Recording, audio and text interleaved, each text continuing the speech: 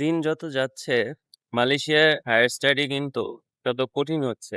যারা এজেন্সি মূলত এটা কখনোই ট্রু ফ্যাক্টটা বলবে না, কারণ এখানে তাদের বিজনেস পারপাস আছে। কিন্তু বাইরের দেশের সাথে তাল মিলিয়ে মালয়েশিয়ার এডুকেশনাল কারিকুলাম প্রোগ্রামগুলোর রিকোয়ারমেন্ট আস্তে আস্তে কিন্তু ডেভেলপ হচ্ছে। একটা সময় ছিল যখন মালয়েশিয়ায় মানুষ স্টুডেন্ট ভিসায় ঢুকে বিভিন্ন কাজে টাজে ঢুকে যেত, বেশি হ্যাসেল লাগতো না, খুব ইজি ছিল, খরচও কম ছিল। কিন্তু এখন এখানে একটা মিনিমাম ভার্সিটিতেও আপনার বিবিএ বা মাস্টার্স করতে গেলেও বিবিএ তে তো 10-15 লাখ টাকা লাগবেই অ্যাভারেজে, আর মাস্টার্সেও কম করে হলেও 8-9 লাখ টাকা লেগে যায়। আজকে একটা জিনিস নিয়ে কথা হলো, সেটা হলো আইএলটিএস। আইএলটিএস লাগে কি না, ম্যাক্সিমাম এজেন্সি যখন প্রমোট করে নিজেদের বিজনেসকে তখন বলে যে আইএলটিএস লাগে না, এমওআই দিয়ে হয়ে যায়। কিন্তু কথা হচ্ছে আইএলটিএস লাগে। মালয়েশিয়ার ইউনিভার্সিটিতে হায়ার স্টাডির জন্য আইএলটিএস আপনার অবশ্যই দরকার। আইএলটিএস কেমন, অনেকটা হলো আপনার নিজের একটা সুপার পাওয়ারের মতো। আপনার কাছে যদি আইএলটিএস থাকে, আপনার ইউনিভার্সিটি অ্যাপ্লাই করার অপশন অনেক বেড়ে যাবে। আপনি বেশি ইউনিভার্সিটিতে অ্যাপ্লাই করতে পারবেন।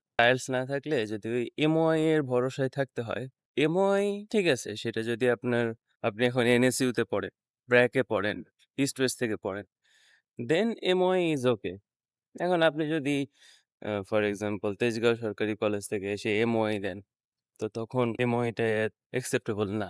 তখন একটা স্টুডেন্টকে নিয়ে ওরা সন্দেহ করে, এমন অনেক সময় অ্যাপ্লিকেশন রিজেক্ট হওয়ার পসিবিলিটি থাকে।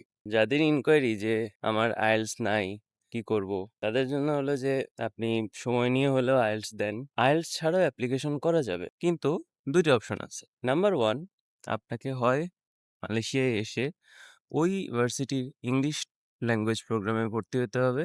আর নাম্বার টু হলো মালয়েশিয়ায় এসে আপনাকে যে কোনো ল্যাঙ্গুয়েজ টেস্ট দিতে হবে। It might be TOEFL, or it might be Linguaskill test, or PTE, anything. But হ্যাঁ, ডুওলিঙ্গো দেওয়া যাবে না। সো যারা যারা মালয়েশিয়া আসতে চাচ্ছেন আসতে পারবেন, তবে আইএলটিএস দিয়ে আসেন, এটা আপনার জন্যই ভালো হবে।